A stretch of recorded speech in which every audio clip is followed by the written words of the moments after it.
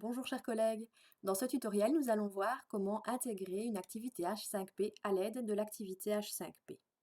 Tout d'abord, nous nous assurons que nous sommes en mode édition et nous allons sélectionner la ressource H5P. Nous tombons sur une page qui est assez familière dans laquelle nous devons ajouter le nom de l'activité. Ici, j'ai décidé de poster une vidéo interactive. Donc, je vais le noter ainsi avec le titre de ma vidéo. Je peux éventuellement mettre une description et l'afficher dans ma section.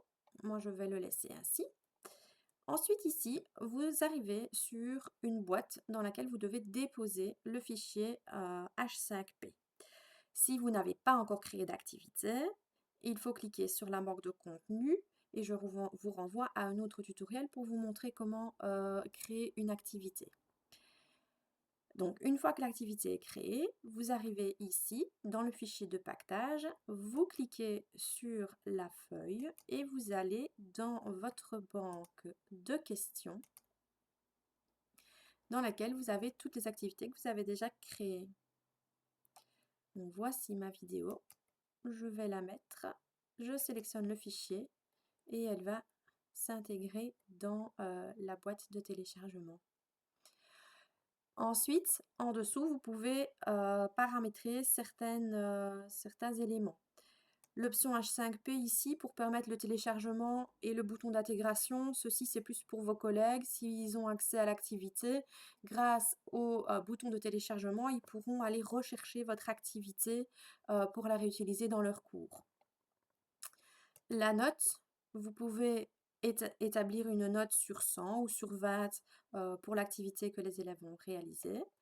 Vous pouvez aussi choisir les options de tentative. Donc, ça, c'est pour vous, c'est pour pouvoir activer le suivi de tentative, c'est-à-dire que si l'élève va faire l'activité 3 fois, eh bien, vous saurez qu'il l'a réalisé 3 fois.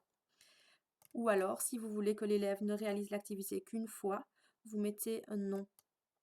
Méthode d'évaluation, eh bien, si vous décidez de laisser l'activité ouverte, il faut voir si vous décidez de prendre la note la plus élevée, la moyenne, la dernière tentative ou la première tentative, ou bien ne pas calculer de notes. Vous avez les réglages courants qui sont dans toutes les activités.